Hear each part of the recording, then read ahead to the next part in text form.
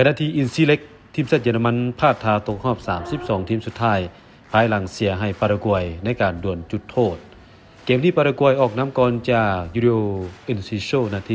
42แต่เยอรมันทวงคืนในครึ่งหลังจากคายฮาเวตนาที